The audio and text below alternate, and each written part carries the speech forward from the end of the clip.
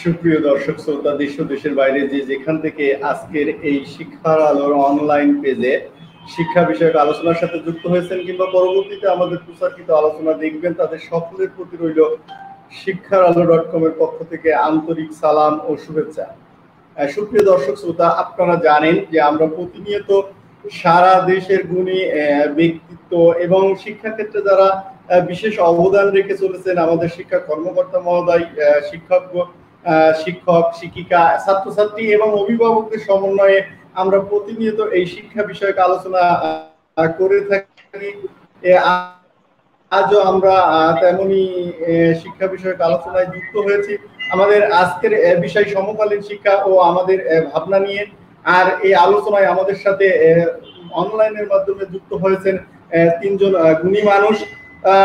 সুপ্রিয় দর্শক, আপনারা নিশ্চয়ই জানেন মানুষ বেঁচে থাকে তার কর্মের মাঝে, বয়সের মাঝে নাই।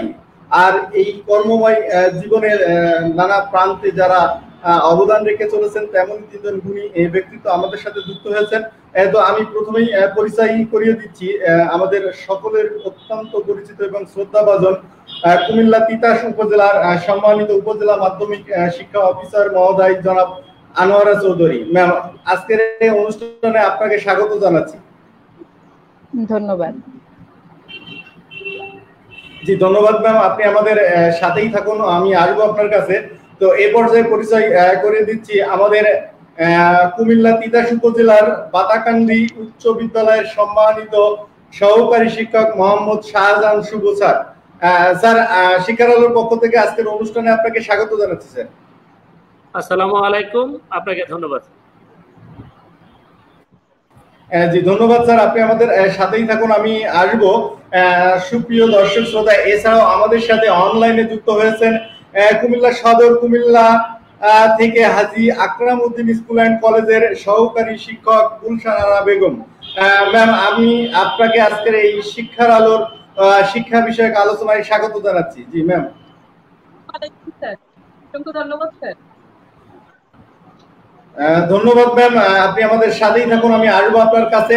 আর এই পুরো আলোচনার পুরোটা সময় জুড়ে আপনাদের সাথে আছে আমি এম এম আরব সোহেল, নির্বাহী সম্পাদক শিক্ষার আলো .com। সুপ্রিয় দর্শক শ্রোতা, চাইলে আপনারাও এই আলোচনায় অংশ নিতে পারেন, প্রশ্ন ও মতামত জানাতে পারেন আমাদের কমেন্ট বক্সে, এবং আপনাদের প্রত্যেকটি প্রশ্ন ও মতামতের সুনিশ্চিত উত্তর নিশ্চয়ই আমাদের অতিথিরা তাদের আলোচনার মাঝে তুলে আনবেন এবং প্রত্যেকটি প্রশ্নের এবং মতামতের উত্তর দেওয়ার চেষ্টা করবেন। তো দর্শক, আমি আলোচনার শুরুতেই গভীর শ্রদ্ধার সাথে স্মরণ করি হাজার বছরের শ্রেষ্ঠ বাঙালি মহান স্বাধীনতার স্থপতি জাতির জনক বঙ্গবন্ধু শেখ মুজিবুর রহমানকে, এবং সেই সাথে শ্রদ্ধা ও কৃতজ্ঞতা জ্ঞাপন করছি শিক্ষা বান্ধব সরকারের মাননীয় প্রধানমন্ত্রী জননেত্রী শেখ হাসিনার প্রতি, যিনি ডিজিটাল বাংলাদেশের রূপকার এবং এই ডিজিটাল বাংলাদেশের সুফল হিসেবে আজকে আমরা দেশের বিভিন্ন প্রান্ত থেকে অনলাইনের মাধ্যমে এই শিক্ষা বিষয়ক আলোচনায় যুক্ত হতে পারছি। তো আমি এবার মূল আলোচনায় চলে যাব। মূল আলোচনার শুরুতেই আমি সর্বপ্রথমেই যাব আমাদের সকলের শ্রদ্ধাভাজন ম্যাম আনোয়ারা চৌধুরী ম্যাডামের কাছে। ম্যাম, আপনি শুনছেন আমাকে? আপনি নিশ্চয়ই জানেন এবং আপনি শিক্ষাক্ষেত্রে আছেন ম্যাম।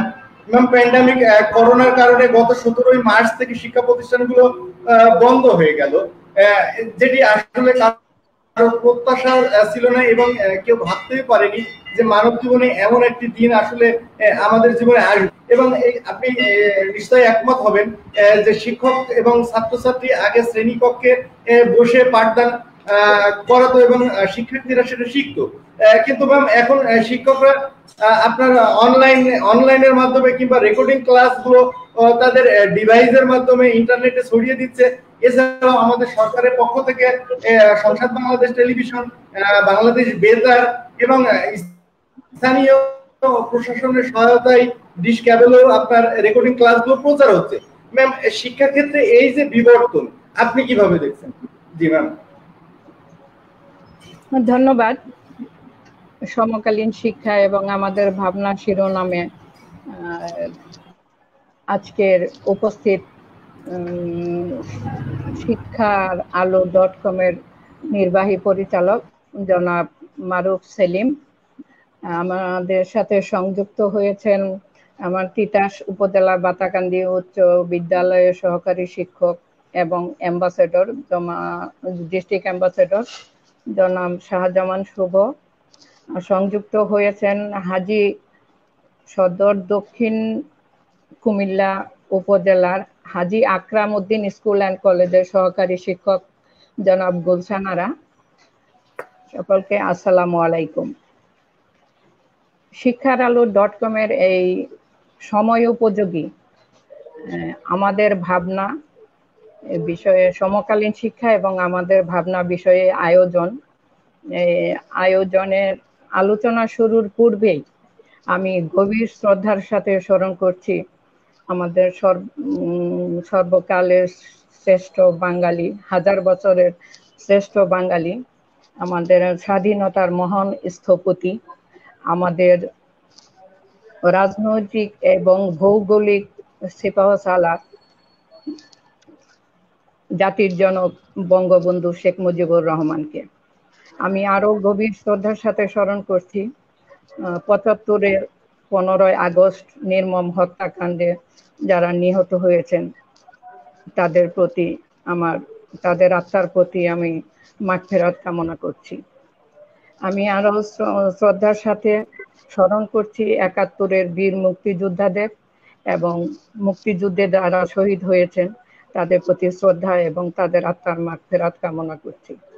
এবং সম্প্রতি কোভিড আক্রান্তে যারা মৃত্যুবরণ করেছেন তাদের আত্মার মাগফিরাত কামনা করছি এবং কোভিড যে সমক যোদ্ধা তাদের প্রতি আমি আমার শ্রদ্ধা জানিয়ে শুরু করছি। কোভিডকালীন সময়ে হঠাৎ করে কোভিডের আবির্ভাব চায়নাতে শুরু হয়েছে, বাংলাদেশে আসি হয়তোবা এসে যাবে এমন এক পরিস্থিতিতে অপেক্ষা করতে করতে বঙ্গবন্ধুর ১০০তম জন্মবার্ষিকী শুরু ছিল। তার একদিন পূর্বেই স্কুল বন্ধ করতে সরকারের ঘোষণা অনুযায়ী একদিন পূর্বে স্কুল বন্ধ হয়ে গেছে। এই তাৎক্ষণিক পরিস্থিতিতে আমরা আস্তে আস্তে অপেক্ষা করছিলাম যে হয়তোবা একটা সহনীয় পর্যায়ে আসবে, কিন্তু সেটা আসেনি। সময়ের বিবর্তনে আমরা বিভিন্ন কার্যক্রম শুরু করেছিলাম সরকারের নির্দেশনায়, কিছুটা আমাদের ব্যক্তিগত উদ্যোগে।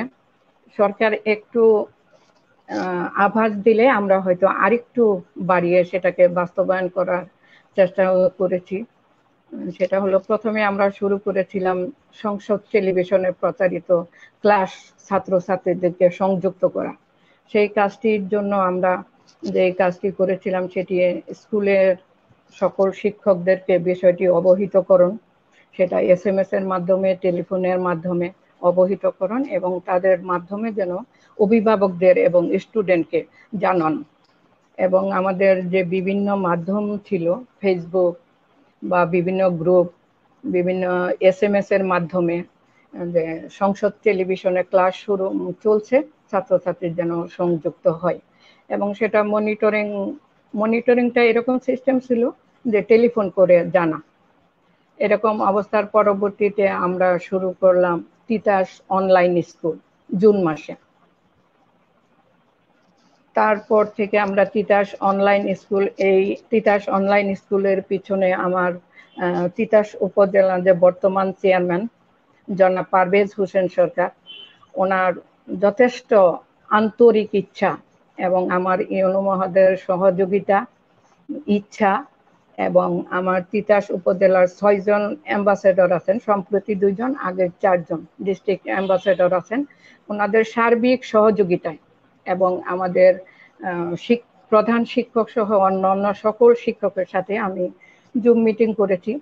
জুম মিটিং করে আমরা তাৎক্ষণিক সিদ্ধান্ত নিয়েছি যে আমরা অনলাইন স্কুল করব। সেই দিক থেকে আমরা অনলাইন স্কুল এবং সাথে সাথে তিতাস অনলাইন মাদ্রাসা আমরা করেছি।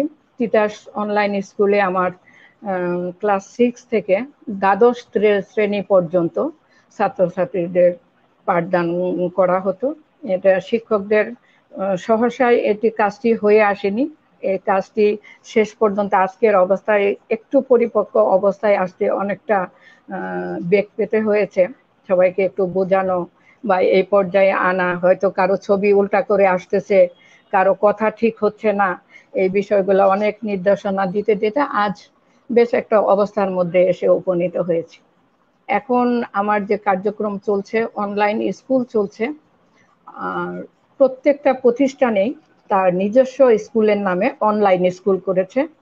তাছাড়া চলছে জুম অ্যাপসের মাধ্যমে ছাত্রছাত্রীদের সাথে সরাসরি ক্লাস চলছে।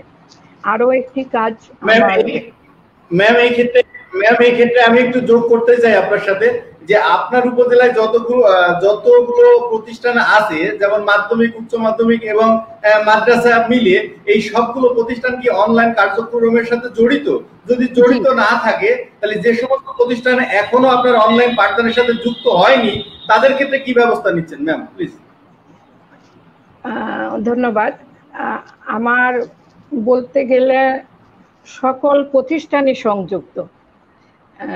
যারা অনলাইনে আছেন, গুলশানারা ম্যাডাম, ওনাকে তো আমি প্রায়শই দেখি আমাদের সাথে, আপনার সাথে অবশ্য আজকে আমার প্রথম দেখা। আমাদের সকল প্রতিষ্ঠানই আছে, আমি আসলে নাই বলতে খুব বেশি আমি বলতে পারতেছি না। সকল প্রতিষ্ঠানই আছে আমাদের। ওই যে একটু সময় লেগেছে সবাইকে আনতে, যেমন সামনের লাইনে কিছু প্রতিষ্ঠান ছিল, তারা আরেকটু এগিয়ে, তারা খুব ভালো পারফরমেন্স করতেছে। বিশেষ করে তারপরে আমার কলেজগুলো, যেমন শুভ সাহেবের school, Batakandi school, Lalpur school, আমাদের অ্যাম্বাসাডর সাহেবের স্কুলগুলা, এগুলো খুব ভালো পারফরমেন্স আছে। অন্য অন্য স্কুলগুলোও পিছিয়ে নেই, তারাও যথেষ্ট চেষ্টা করতেছে এবং এই স্কুলগুলো আমার চলছে। আর পরবর্তীতে আরেকটি কাজ আমি যেটা করেছি সেটা হলো আমাদের তিতাসের যে সিসিটিভি আছে, কেবল নেটওয়ার্ক, ডিশের মাধ্যমে যে টেলিভিশনে যে ক্লাস দেওয়ার বিষয়, এটি আমি করেছি। তিতাসের যে কেবল নেটওয়ার্কে যে চলে, সেইখানে আমাদের ক্লাসগুলো দিয়েছি। সেখানে আমার ক্লাসের একটা বিশেষত হলো, আমি আমার টিচারদেরকে দিয়েই, এই কথাটা আমি আমার হেড স্যারদের সমন্বয়ে, ওনাদের সহযোগিতায় এবং আমাদের অ্যাম্বাসাডরদের সহযোগিতায় আমাদের শিক্ষকরাই ক্লাস নিয়েছেন। সেই ক্লাসটা আমরা ইউটিউব থেকে, বিভিন্ন মাধ্যম থেকে আমরা পেন ড্রাইভে করে ওই তিতাসের যে ডিশ টিভি আছে, ডিশ লাইন আছে, সেটা হলো সূচনা টিভি, স্থানীয় নাম সূচনা টিভি, ওনাদেরকে দিয়েছে।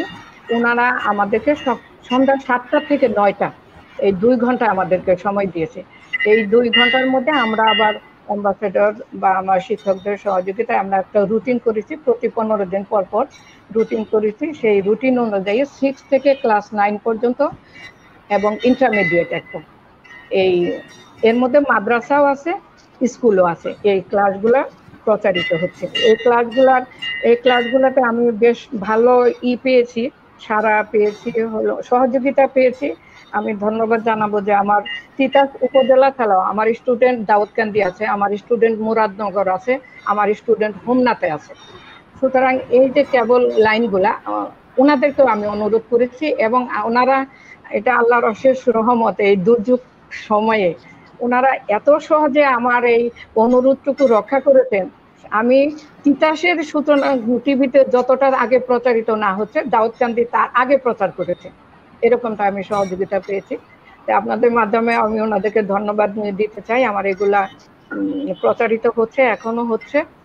আর হচ্ছে আমার এই ক্লাসটার আমার বিশেষত হচ্ছে আমাদের টিচাররাই এই ক্লাস নিচ্ছেন, ছাত্রছাত্রীরা এতে একটু উৎসাহী, একটু আগ্রহ বেশি। আমার স্যার ক্লাস নিচ্ছে টেলিভিশনে, এই বিষয়টা ওদেরকে খুব আকৃষ্ট করেছে।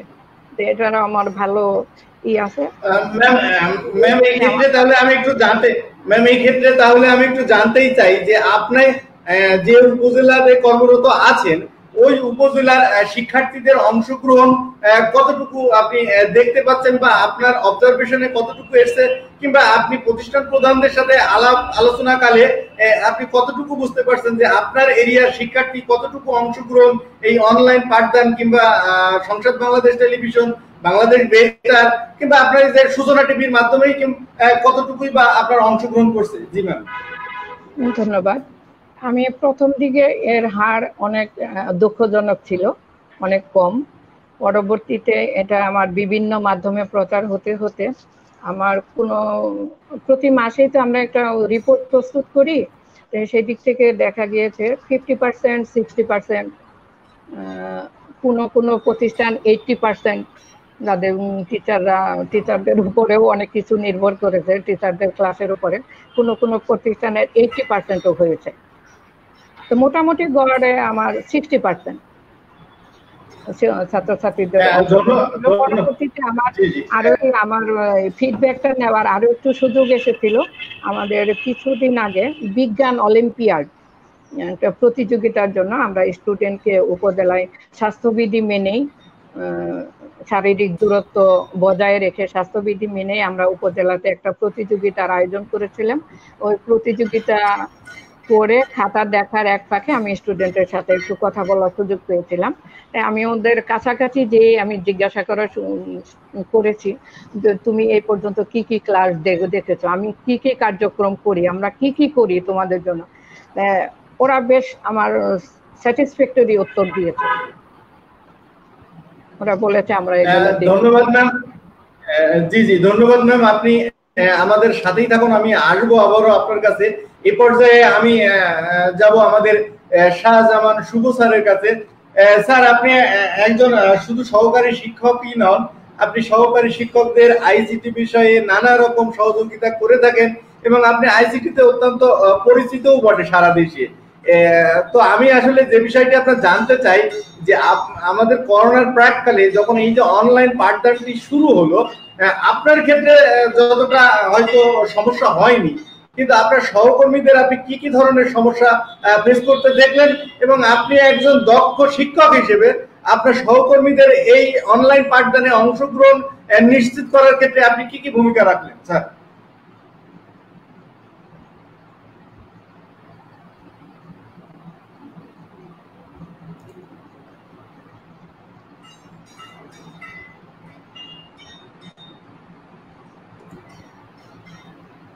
স্যার, আপনার মাইক্রোফোনটা অন করে নিন। আসসালামু আলাইকুম, ধন্যবাদ আজকে সঞ্চালক এম এ মারুফ সোহেল স্যারকে, এবং আজকে উপস্থিত আছেন আমাদের উপজেলার শিক্ষার কান্ডারি জনাব আনোয়ারা চৌধুরী, মাধ্যমিক শিক্ষা কর্মকর্তা, এবং উপস্থিত আছেন আমাদের আরেকজন সহকর্মী বলা যায়, উনি তিতাস অনলাইন স্কুলেরও একজন এডমিন প্যানেলের লোক। তো আমি প্রথমে আমার সমস্যা ছিল না এটা বলাটা ঠিক হবে না, অ্যাকচুয়ালি আমারও প্রথম দিকে খুব অসুবিধা হয়েছে এই অনলাইন ক্লাস করতে। যখন প্যান্ডামিক সিচুয়েশনে ক্লাসগুলো যখন সবকিছু বন্ধ হয়ে গেছে, অ্যাকচুয়ালি তখন চিন্তা করছিলাম যে হয়তো কালকে স্কুল খুলে ফেলবে। প্রত্যেকদিন স্বপ্নে দেখতাম যে আগামীকাল স্কুল খুলে, কিন্তু স্কুল আর খুলে না, খালি ডেট বাড়ায়। এরকম করতে করতে আমরা খুব একটা হতাশায় পড়ে গেলাম যে বাচ্চাদের সাথে কিভাবে যোগাযোগ করবো। এই কমিউনিকেশনটা অনেকের ফোন করে আবার পাচ্ছি না ঠিক মতো। তো হঠাৎ করে আমার মাথায় একটা খেয়াল আসলো যে আমাদের এলাকার অনেক গার্জিয়ান কিন্তু প্রবাসে থাকে, তাদের ছেলে মেয়ে বাংলাদেশে থাকে, ওয়াইফ সহ, তো তাদের কিন্তু ইমো নাম্বার আছে। তো আমি চিন্তা করে দেখলাম যে ইমো নাম্বার দিয়ে একটা গ্রুপ করা যায় কিনা। আমি সাথে সাথে ট্রেনের কয়েকটা ছেলের সাথে আলাপ করলাম, তারা আমাকে বললো যে স্যার ইমোটা যদি গ্রুপ খুলি খুব সহজে একসাথে সবারে পাবেন। তো সাথে সাথে আমি তাদের সাথে এই ইমো কন্ট্যাক্ট শুরু করে দিলাম, এবং আমার দুটা গ্রুপ হলো, একটা 9 এবং একটা 10-এর। এবং আমি সবচেয়ে মজার বিষয় হচ্ছে আমি যখন তাদেরকে গ্রুপ কল দিয়ে অথবা গ্রুপ মেসেজ দিয়ে কোনো একটা তথ্য দিয়ে দেয়, তারা সাথে সাথে রিপ্লাই দেয়। এখন এই অবস্থায় আমি দেখলাম যে তাদেরকে কিছু ক্লাস দেওয়া যায় কিনা। হ্যাঁ, তখন আমি আমার সহকর্মী যারা ভালো ভালো ক্লাস করে, বিশেষ করে কিশোর বাতানে এবং ইউটিউবে থেকে ক্লাস সংগ্রহ করে শুধুমাত্র 9 এবং 10-এর বিশেষ করে গণিত এবং ইংরেজি ক্লাসগুলো দিয়ে দিতাম তাদেরকে সেন্ড করে। তো খুব ভালো উপকার পাচ্ছে, কিন্তু আমার নিজের ক্লাস দেওয়ার ক্যাপাসিটি নাই। খুব ভয় লাগে যে ক্যামেরার সামনে একটা ক্লাস করব, আঞ্চলিকতা চলে আসে, এটা স্বাভাবিক অবস্থা, আঞ্চলিকতা চলে আসে, তারপরে বাচন ভঙ্গিও ঠিক থাকে না। অনেক সময় ক্লাসে একটা অভ্যাস এক ধরনের, বাচ্চাদের সাথে হাসি খুশি কথা বলে অভ্যাস, সেই জায়গায় সামনে শুধু ক্যামেরা ছাড়ার কিছু নেই, কি একটা ভয়ঙ্কর পরিস্থিতি। তো ভাবলাম যে ঠিক আছে, আমার চেহারা দেখাবো না, তো আমি স্ক্রিন রেকর্ড করে একটা ক্লাস অলরেডি প্রথম দিলাম, দিয়ে এটা প্রচার করার ব্যবস্থা করলাম তিতাস অনলাইন স্কুলে। এই আমার বন্ধু আছে আজিম খান রাজু, সংগ্রাস বালিকা উচ্চ বিদ্যালয়ের সিনিয়র শিক্ষক, তা ওনাকে দিয়ে আমি তখন এই ইয়াতে লাইভও দিতে পারি না, আমি তিতাস অনলাইনে তখন লাইভও দিতে পারি না ঠিক মতন, তো রেকর্ডের যে লাইভটা আর কি, তো এটা আমাদের আজিম খান রাজু স্যার করে দিছে, দিয়ে আমাকে রাত্রে ফোন দিছে যে ভাইজান আপনি তো ক্লাসটা করছেন খুব সুন্দর, তবে ছেলেমেয়েরা ফেস দেখতে পছন্দ করে, হ্যাঁ এটা আপনার ক্লাস, যেটা আমাদের ম্যাডাম খুবই উৎসাহ দিছে। আমি ম্যাডামের এই প্রসঙ্গটা পরে আসতেছি, জাস্ট আমার শুরুটা বলে দিচ্ছি। তো পরে উনি আমার ক্লাসের কয়েকটা সমালোচনা করলো, খুব ভালো ভালো পজিটিভ দিক। তো একটা ক্লাস দিলাম, একটা ফতুয়া পরে, তো ক্লাসটা দেখে উনি আবার আরেক বললো যে স্যার ছেলেমেয়েরা শুধু আপনার ক্লাসটাই দেখে না, আপনার চেহারা, তারপরে আপনার পোশাক, এগুলো কিন্তু ফলো করে। সো আপনি একটু মার্জিত এবং একটু ভালো এবং ফুল শার্ট পরে, এক কালারে ফুল শার্ট পরে ক্লাস করার চেষ্টা করবেন। উনি খুব ভালো একটা পরামর্শ দিচ্ছে। তো দেখলাম তাই তো পরের দিন একটা সাহস করে মোটামুটি ক্লাস শুরু করে দিলাম, তাও আবার আমার নিজের জায়গা নেই। পরবর্তীতে একটা স্কুলে গেলাম, ওখানে প্রাইমারি স্কুল খুব ক্যাবাস, মানে সিরিয়াস ক্যাবাস। তো প্রাইমারি স্কুল ছেড়ে আমাদের পাশে আর একটা বিল্ডিং হচ্ছে নতুন, মানে কনস্ট্রাকশনের কাজ চলতেছে, ওখানে গেলাম। ওখানে দিয়ে খট্টর খট্টর খট্টর আওয়াজ, কি করবো রে, দরজা বাড়ি দিয়ে এর পাশের রুমে সুন্দর করে ক্লাস শুরু করলাম। এবং এই ক্ষেত্রে আমাকে বেশি সবচেয়ে সাহায্য করছে আমার বড় ভাই, উনি জগৎপুর স্কুলের সিনিয়র শিক্ষক জনাব শাহজাহান। উনি আমাকে একটা সাহস দিচ্ছে, উনি নিজে ট্রাইপড কিনে আনছে, তারপরে ভয়া কিনে আনছে, মানে খুব স্পিড দেখলাম ওনাকে। বয়স কিন্তু মোটামুটি অনেক, দেখলাম আমার চেয়ে বেশি স্পিড। তো ওনার কাছ থেকে দেখে আমারও খুব একটা ইন্সপিরেশন দেখলো। তো শুরু করলাম। এখন দেখি বুকের দরপরানি কমে গেছে, মানে ক্লাসটা করে দেখলাম বুকের দরপরানি কমে গেছে। মারুফ স্যার, আপনি স্যার আমি আপনার সাথে একটু যোগ করতেই চাই। স্যার আপনি নিশ্চয়ই জানেন সোশ্যাল মিডিয়া বা নিউজ পোর্টাল, কিংবা আপনি একজন আইসিটিতে দক্ষ হওয়ার জন্য আপনি সারা দেশের বিভিন্ন জেলার শিক্ষকদের সাথে আপনার যোগাযোগ আছে। তো করোনার একেবারেই প্রাককালে আসলে শিক্ষকদের উপরে কিন্তু তেমন কোনো সরকারি নির্দেশনা ছিল না, এবং এই শিক্ষকদের কিন্তু কোনো প্রশিক্ষণও ছিল না। তো যখন আসলে শিক্ষকরা নিজ প্রেরণা থেকে এই যে অনলাইন ক্লাসে ঝাঁপিয়ে পড়লো স্যার, তখন আমরা দেখেছি যে এই ক্যামেরা বা আপনার স্মার্ট মোবাইলটি রাখার জন্য তেমন কোনো স্ট্যান্ডও ছিল না। অনেককে বাঁশের খুঁটির সাথে বেঁধে রাখতে দেখেছি, কিংবা কোনো একটি রডের সাথে বেঁধে রাখতে দেখেছি। এমনও হয়েছে যে ওই যে খুঁটি কিংবা রডের সাথে বেঁধে রেখে যখন অনলাইনে ক্লাসটি শুরু করেছে কিংবা রেকর্ডিং শুরু করেছে, 5 মিনিট পর কিংবা 7 মিনিট পর ওই মোবাইলটি পরে ভেঙেও গেছে। আবার অনেককে দেখেছি স্যার আপনার ওই ডিভাইসটি রাখার জন্য দুই পাশে বই চাপা দিয়ে রেখেছে, 5-7 মিনিট ক্লাস হওয়ার পরে ওই বই থেকে আপনার মোবাইলটি পড়ে গেছে, তখন তাকে আবার নতুন করে শুরু করতে হয়েছে। কিন্তু সেই শিক্ষকরাই তো এখন স্মার্ট ফোন, স্মার্ট টিভি কিনছে স্যার। এই যে শিক্ষকদের আপনার অবদানগুলো আপনি কিভাবে দেখছেন সহকর্মী হিসেবে? অ্যাকচুয়ালি স্যার এই প্যান্ডামিক সিচুয়েশনে যা করছে শিক্ষকরা, আমি যা মনে করি সম্পূর্ণ স্বেচ্ছায় করেছে, আমাদেরকে কিন্তু কেউ ফোর্স করে নেই। আমাদের মাধ্যমিক কর্মকর্তা কিন্তু আমাদেরকে কোনোদিন ফোর্স করে নেই, তবে উনি উৎসাহটা দিচ্ছে ব্যতিক্রম। উনি, আমি যখন বললাম যে আমাদের যখন তিতাস অনলাইন ক্লাস শুরু করে ম্যাম নিজের উদ্যোগে, আমাদের মাধ্যমিক কর্মকর্তা এবং ইউনুস স্যার এবং আমাদের চেয়ারম্যান, উপজেলা চেয়ারম্যান, তো উনি কিন্তু আমাদেরকে উৎসাহটা দিচ্ছে এভাবে। আমি বলছি যে আমি ডিউ স্যারের ক্লাস এনে স্যার প্যান্ডাপটা দিয়ে দিই, এই ভেজাল মাজাল আর ভালো লাগে না, সব স্যাররা ক্লাস ঠিক মতন করতে পারবে না, করবে না, এই ধরনের অবস্থা। তো ম্যাম আমাদেরকে যে উৎসাহটা দিচ্ছে যে দেখেন আপনার ক্লাসটা যখন সম্প্রচার হবে সিসিটিভিতে অনলাইনে, তখন আপনার বাচ্চারা যে আগ্রহ করে দেখবে, আমার ওই ঢাকা শহরের ক্লাসগুলো কিন্তু ততটা আগ্রহ করে দেখবে না। সো আমরা যত পারি আমাদের ক্লাস গুলো শুদ্ধ আগে আসুক, তারপরে আমরা মোটিভেট করবো। তারপর দেখলাম যে ম্যামের এই উৎসাহটা আমাদের আসলে অনেক বেড়ে গেছে। আমি আমার সহকর্মীদের সাথে শেয়ার করলাম, তারাও ইজি পজিটিভলি দেখছে। এবং আপনি যে কাহিনীগুলো বললেন, আমার মনে হয় আমাদের 80% কাহিনী এরকম আছে যে ক্লাস করতে যায়, যেমন আমাদের মামু স্যার ক্লাস রেকর্ড করতেছে, ক্লাস চলতেছে, হ্যাঁ ক্লাস শেষ হওয়ার যাওয়ার পরে গিয়ে দেখি মোবাইলে বন্ধ হয়ে গেছে। হ্যাঁ মোবাইল বন্ধ হয়েছে, তার মানে রেকর্ড হয়েছে মাত্র 5 মিনিট। হ্যাঁ আরেকদিন শুরু করছে ওই যে ইয়েতে, মানে ক্যামেরা যখন সে বাঁধছে, বান্দার রেকর্ড চলতেছে, ক্যামেরা একদম নিচে পড়ে রয়েছে, উনি ক্লাস চলতেছে, মানে ক্যামেরা দিকে খেয়াল করে নাই। এই অবস্থা আমাদেরও হচ্ছে এখন। এই সিচুয়েশনটা আসলে আমাদের শিক্ষকরাই সবচেয়ে গুরুশীল খাইছে, এবং জন্য যারা উৎসাহ দিচ্ছে আমার মনে হয় তারাও কম ইয়ে না।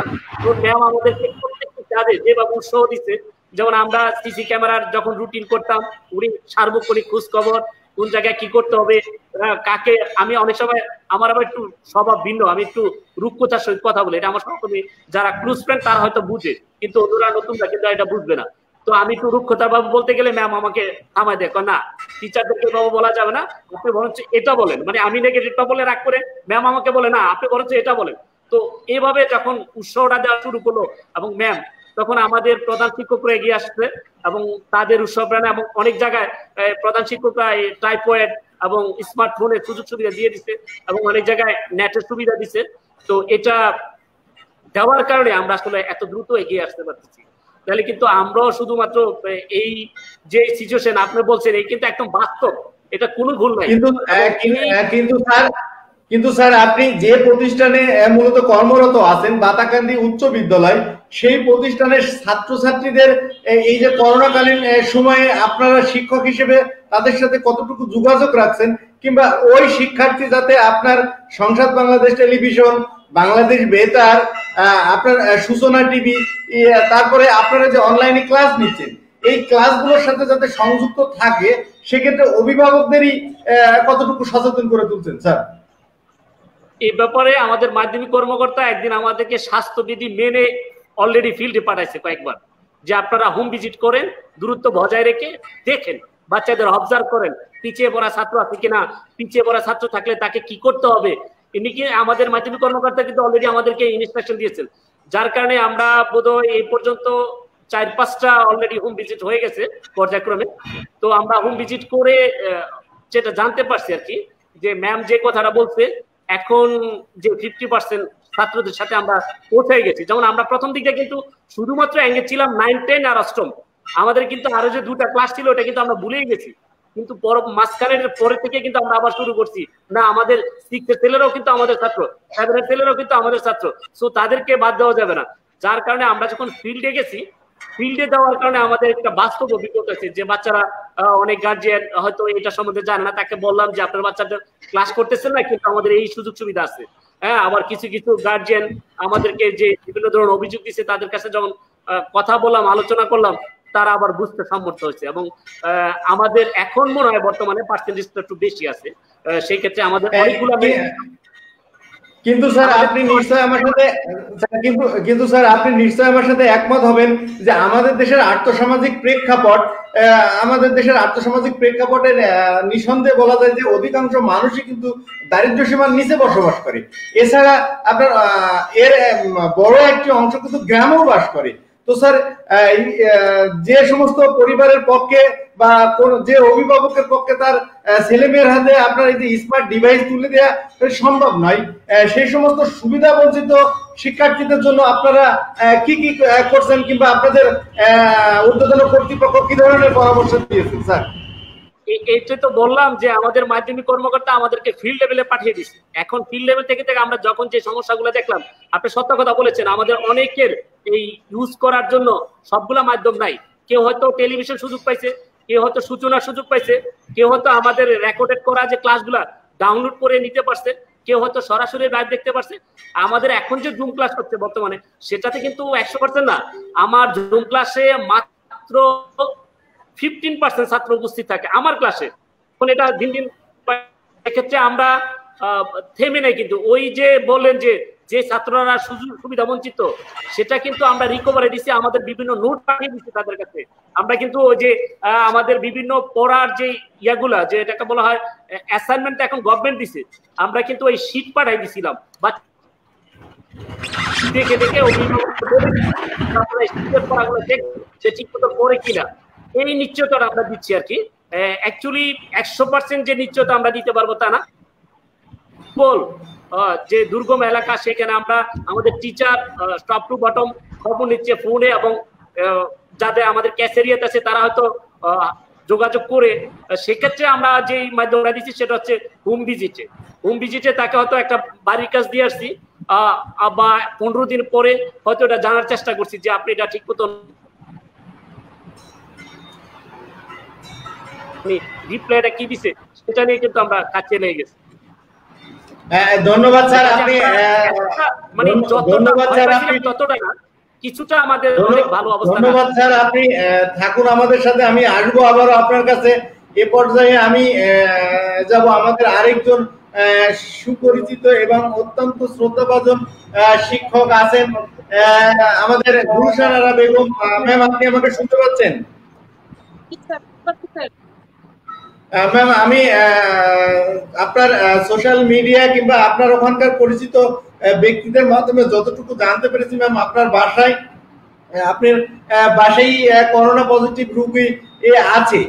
তো আমি এটাও জানি যে আপনি শত প্রতিবন্ধকতার পিছনে ফেলেও কিন্তু আপনি এই যে অনলাইন পাঠদানের সাথে সরাসরি যুক্ত।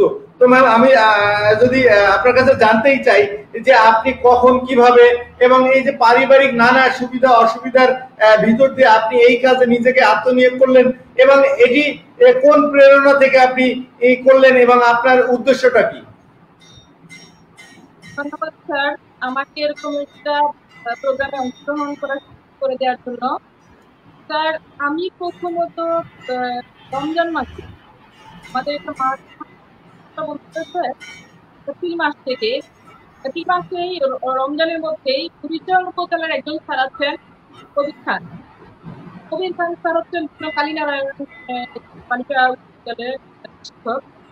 আর আমাকে প্রথমেই উদ্যোগী করেছেন, বলছেন যে আপনার যে অবস্থা কিছুদিন বন্ধ থাকবে, একটা কাজ করে অনলাইনে কাজ করে ঠিক করবো, আমিও করবো।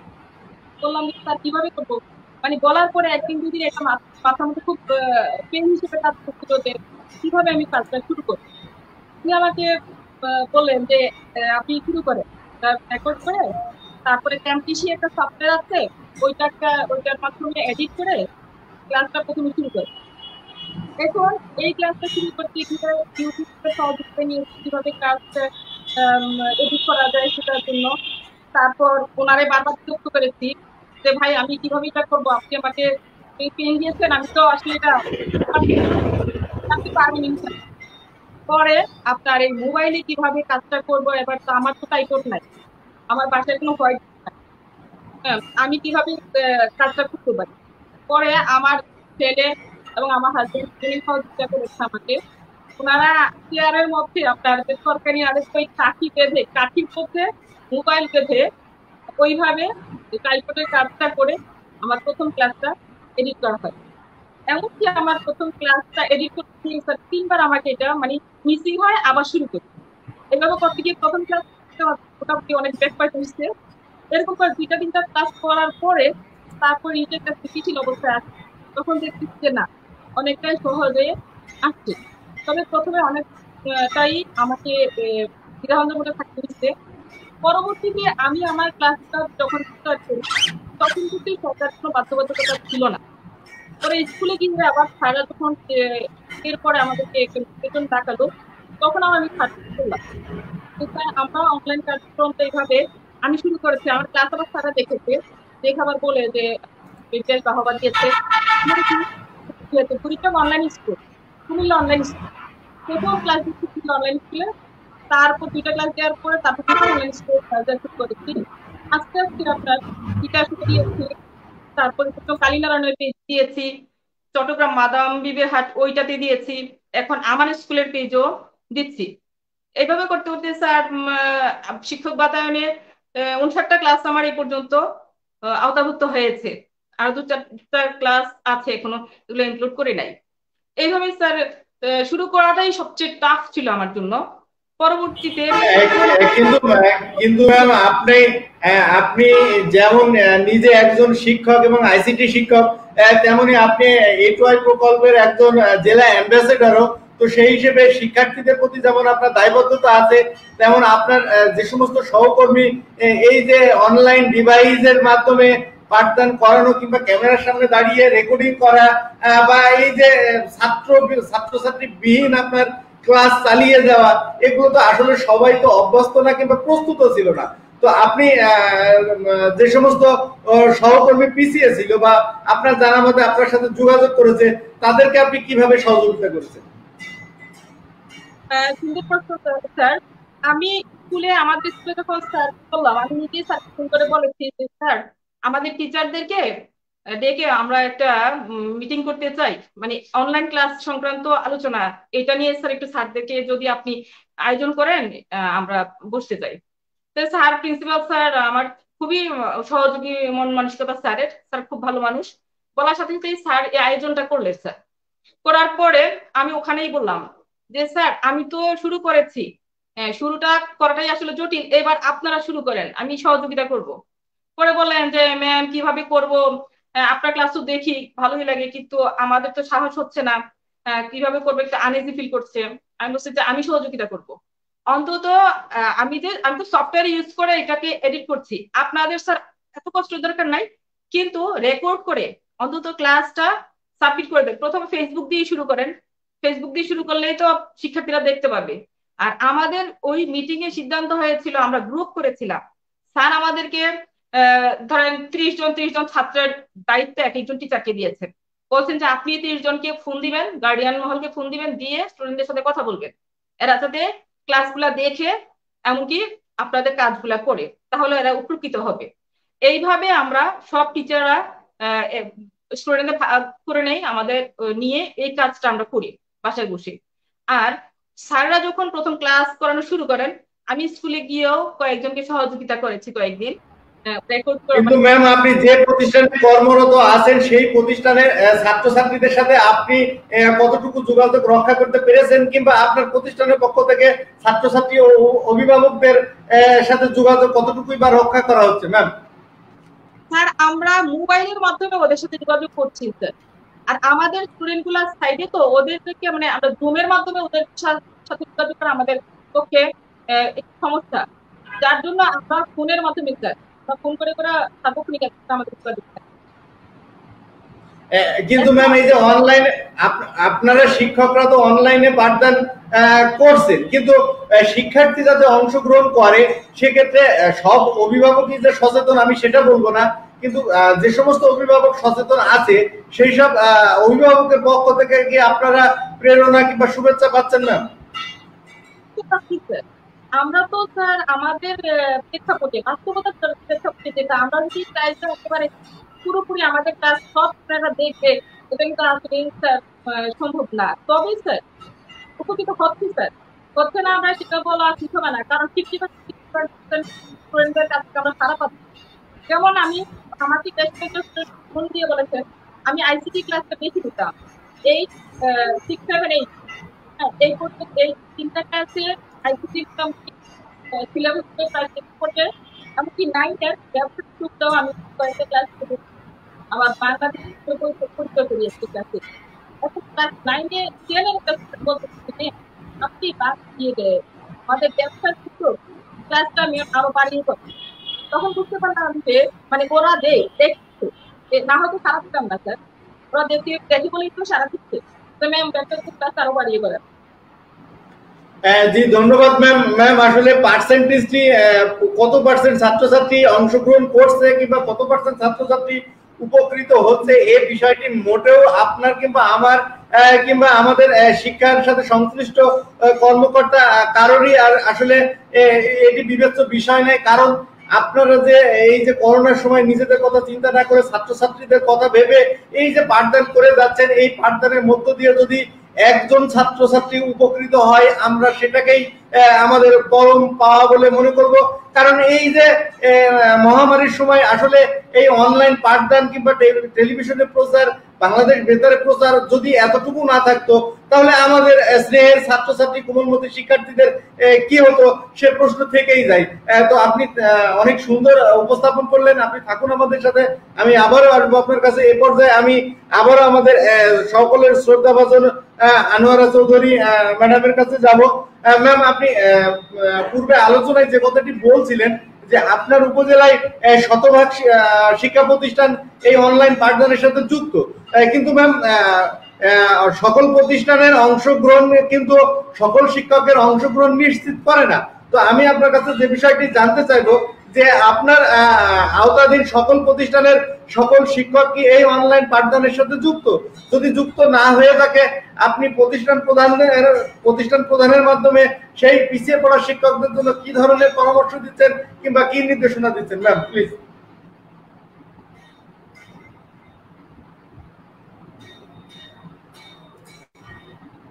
খোলা হয়নি।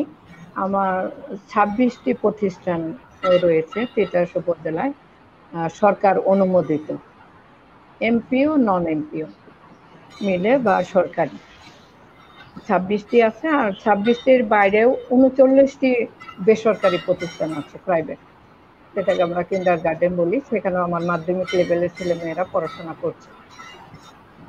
সেই দিক থেকে আপনি যেই বিষয়টি বলতেছিলেন আমার সকল শিক্ষক পাঠদান করছেন কিনা, আমার 412 জন শিক্ষক, এর মধ্যে গত 2-1 দিন আগে 310 বা 6-7 এরকম বাতায়ন আইডি আপডেট করা, আপডেট এবং ভেরিফাই করা, বাতায়ন আইডি আপডেট এবং ভেরিফাই এর কাছে। এবং ক্লাস দেওয়ার জন্য আমি কিন্তু জুম অ্যাপের মাধ্যমে প্রশিক্ষণেরও ব্যবস্থা করেছি। আমাদের যে অ্যাম্বাসেডর বা ছিলেন বা যারা ভালো এই বিষয়টা করতে পারেন, কিভাবে ইমেল খুলবে, কিভাবে বাতায়ন আইডি করবে, কারণ আমি 2-3 বছর আগে বাতায়ন আইডি সকল করা হয়েছিল, কিন্তু ব্যবহার না করতে করতে অনেকে ইমেল আইডি এগুলো ভুলে গিয়েছেন, আইডি পাসওয়ার্ড এগুলো ভুলে গিয়েছেন। আবার যাতে করতে পারে আমার অ্যাম্বাসেডরগণ এবং যারা জানা শিক্ষক আছে একটু সামনের সারির, ওনারা সকলেই যার যার প্রতিষ্ঠানের দায়িত্ব নিয়ে এই কাজটি করেছেন। গত 2-3 দিন আগের আমার তথ্য 312 জন আমার শিক্ষক কিন্তু বাতায়ন আইডি আপডেট করেছে এবং অ্যাম্বাসেডরগণ বিষয়টি ভেরিফাই করেছেন, ওনারা ক্লাস দেন। আর কিছু বাকি এটুকু আছে আর কি। তবু আমার প্রতিষ্ঠান প্রদানের উপরে এবং আমার যারা সামনের সারির শিক্ষক আছেন এই বিষয়ে, তাদের উপরে আমার সার্বক্ষণিক একটা যোগাযোগ অব্যাহত আছে যে আমরা 100% করতে চাই। এটা আমাদের টার্গেট, আমরা 100% করতে চাই। ম্যাম, চট্টগ্রামের সীতাকুণ্ড উপজেলা থেকে আমাদের উপজেলা মাধ্যমিক শিক্ষা অফিসার জনাব এস মোস্তফা আলম সরকার আপনার কাছে একটি প্রশ্ন করেছে। প্রশ্নটি নিশ্চয়ই আপনি স্ক্রিনে দেখতে পাচ্ছেন। What do you think about online class? Do you think it will continue after pandemic? Question to Anwar আপা। জি ম্যাম, যদি একটু বলতেন।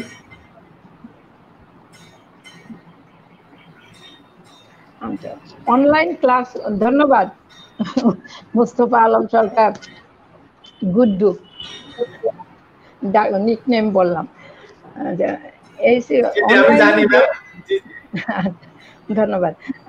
অনলাইনে যেহেতু আমরা অভ্যস্ত হয়ে গেছি, আমাদের হাতে করি হয়ে গেছি, শুধু হাতে করি না, আমরা এখন অনেকটা পথ এগিয়েছি। সুতরাং এটা তো আমাদের থেকে চলে যাবে না, এটা আমাদের থাকবে। আর এই অনলাইন ক্লাসটা আমাদের যদি স্বাভাবিক অবস্থা আসে, আমি মনে করি এটা স্বাভাবিক পরিস্থিতিতে আমাদের স্বাভাবিক ক্লাস চলবে, কিন্তু এই অনলাইন ক্লাসটা আমার শিক্ষার মান উন্নয়নের সহায়ক হবে। আমি এটি অব্যাহত থাকবো, এটাই চাইব এবং আশা করি অব্যাহত। ম্যাম, আরেকটি প্রশ্ন ছিল, আপনি নিশ্চয়ই স্ক্রিনে দেখতে পাচ্ছেন। এই প্রশ্নটির উত্তর আপনার কাছে একটু জানতেই চাই। প্রশ্নটি হচ্ছে, তিতাসের আশেপাশে বেশ কয়েকটি স্কুলে পরীক্ষা নেওয়া হবে। এখন যেহেতু করোনা ভাইরাস নিয়ন্ত্রণে আসে নাই, এই সময় ছাত্রছাত্রীদের পরীক্ষা, এই বিষয়টি আপনারা কিভাবে দেখতেছেন? আমরা তো পরীক্ষা নেওয়ার কথা, আমার মনে হয় প্রশ্নটি হচ্ছে এই ধরনের হবে। এখন কিছু কিছু অভিভাবক আমাদের অ্যাসাইনমেন্ট নিতে আসছে, তো অ্যাসাইনমেন্ট নিতে আসার ক্ষেত্রে হয়তো কিছু ছাত্র হয়তো দেখা গেছে তার গার্জিয়ান নাই অথবা তাকে সেরকম সাপোর্ট দেওয়া নাই, সে হয়তো স্কুলে আসতেছে, হয়তো এরকম একটা সিচুয়েশন হতে পারে আর কি। আমার ধারণা যে প্রশ্নকর্তা করছে সে প্রশ্নকর্তা হয়তো ওই দেখছে একটা ছাত্র স্কুলে আসছে, তিতাসে পরীক্ষা নেওয়ার কোনো নির্দেশনা নাই, কোনো আভাসও নাই, ইঙ্গিতও নাই। সরকারের যে নির্দেশনা, যে অ্যাসাইনমেন্ট, সেটি আমরা 31 তারিখ রাতেই আমরা স্কুলের ইমেইলে পৌঁছে দিয়েছি এবং রাতেই। যদি আমি আসলে জানতেই চাই যে ইতিমধ্যে 6ষ্ঠ থেকে 9ম শ্রেণী পর্যন্ত অ্যাসাইনমেন্ট নেওয়ার একটি পরিপত্র জারি হয়েছে, তো আপনি আপনার উপজেলায় এই বিষয়টি কিভাবে বাস্তবায়ন করছেন ম্যাম, প্লিজ?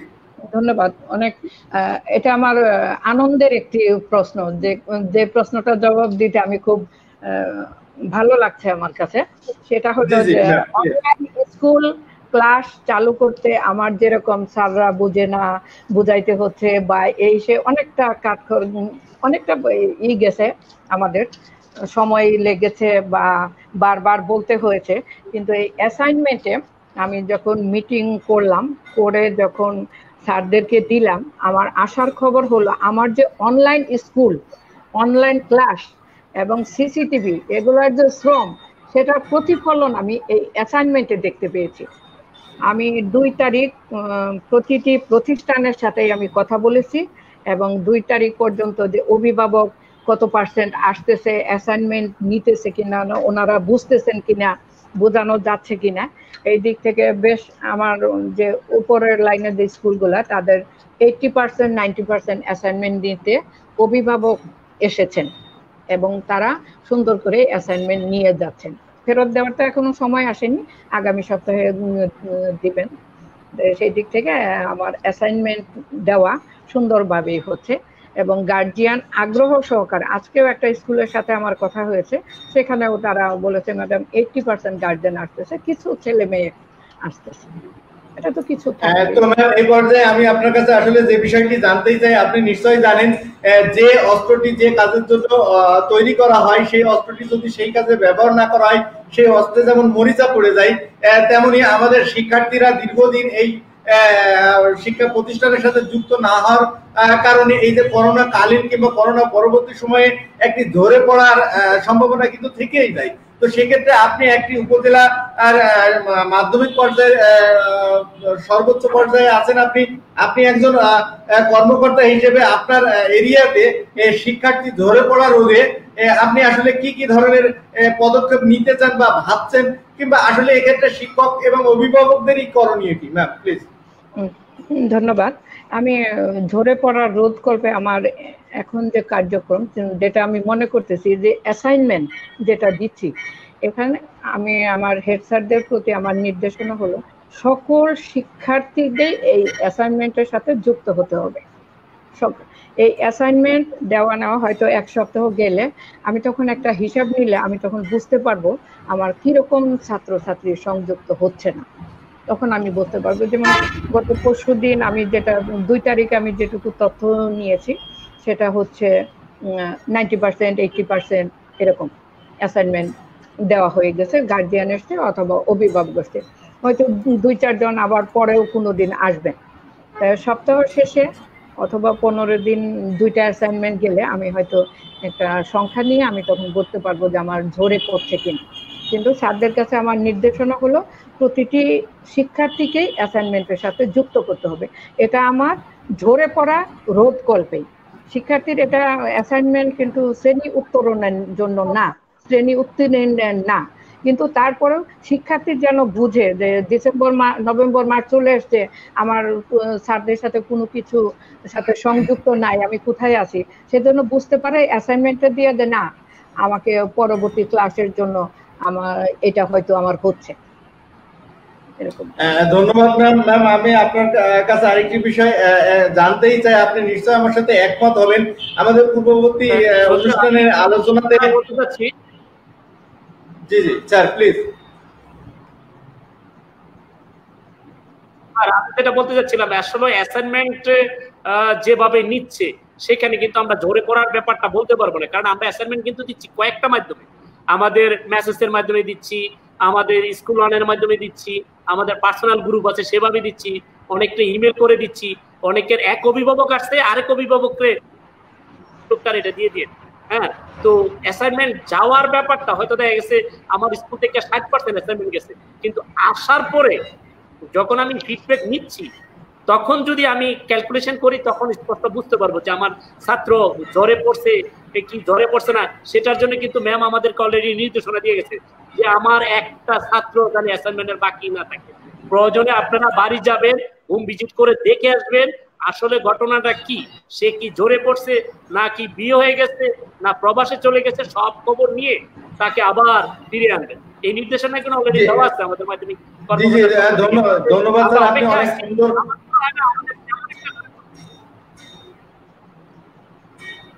G sir. জি জি জি, ধন্যবাদ স্যার। আপনি আসবো আপনার কাছে। আমি যেহেতু আমাদের অভিভাবক আমাদের কাছে আছেন, তো অভিভাবকের কাছে আমার আসলে অনেক কিছু আপনাদের পক্ষ থেকে বা আমার সহকর্মীদের পক্ষ থেকে, শিক্ষকদের পক্ষ থেকে আমার অনেক কিছু জানার ইচ্ছাই আছে। ম্যাম, আপনি জানেন এবং আমাদের পূর্ববর্তী আলোচনাতেও আমাদের অনেক গুণী আলোচক বিষয়টি তুলে এনেছে। বিষয়টি হলো যে আসলে এই করোনা যেমন অনেক কিছু কেড়ে নিয়েছে, তেমন আমাদেরকে কিন্তু দিয়েছেও। যেমন আমি যদি বলি যে এই যে শিক্ষকদের অনলাইন ক্লাস, কিংবা এক সময় যে মোবাইল আপনার স্কুলে নিষিদ্ধ ছিল, আজ সেই মোবাইলই কিন্তু স্কুল চালাচ্ছে।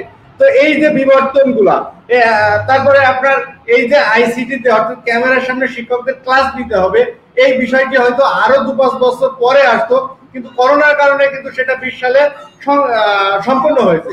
তো আপনি একজন অভিভাবক হিসেবে শিক্ষা পর্যায়ের, আপনি কি মনে করেন স্যার যে শিক্ষকরা যদি আইসিটিতে পারদর্শী না হয়, আগামী 2-3 বছর পরে কিংবা আনুমানিক 2-5 বছর পরে আপনার শিক্ষকদের আসলে শিক্ষকতা পেশায় অংশগ্রহণ করা বা শিক্ষকতা পেশাটি চালিয়ে নেওয়া অত্যন্ত কষ্টকর হবে ম্যাম? ধন্যবাদ। অনেক কষ্টকর হবে।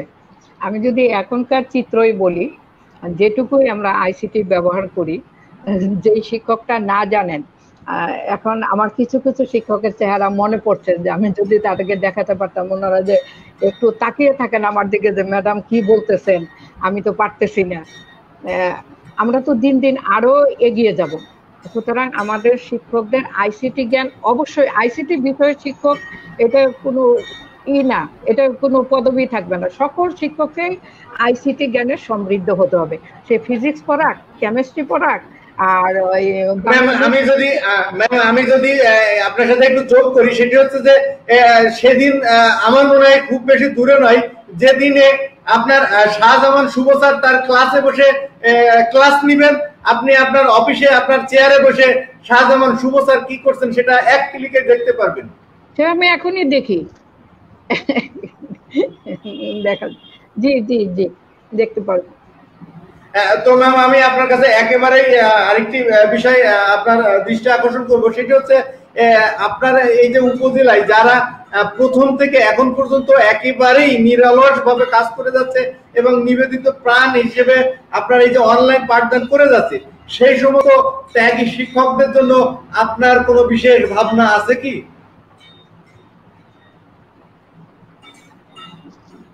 সেই সব শিক্ষকদের জন্য আমার বিশেষ বিশেষ ভাবনা তো আছেই। সবসময় ফোন করে ওনাদেরকে উৎসাহ দেওয়ার চেষ্টা করি, বা যে কাজ যেটা করে আসলে খালি মুখেই ধন্যবাদ দেওয়া হয়, স্যারদেরকে সবসময় সংযুক্ত রাখার চেষ্টা করি। তারপরে অনেক সময় অনেক যেভাবেই উদ্বুদ্ধ হয় আর কি, সেই বিষয়টা করি। আর আমার আসলে ইচ্ছা আছে ওনাদের জন্য কিছু করা, কিন্তু আসলে আমি কিছু বলার জায়গা খুঁজে পাচ্ছি না। ওনাদের জন্য আমি কোথায় বলবো, সেই জায়গাটা আমি খুঁজে পাচ্ছি না।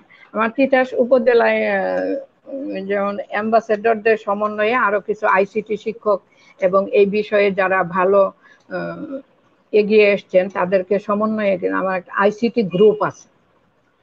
সেই আইসিটি গ্রুপের আমার যে কোনো সিচুয়েশনে আমি কোনো ইসে পড়ি, আমি সাথে সাথে আমার আইসিটি শিক্ষকের আমার উপর সহযোগিতার জন্য ওনারা এগিয়ে আসেন।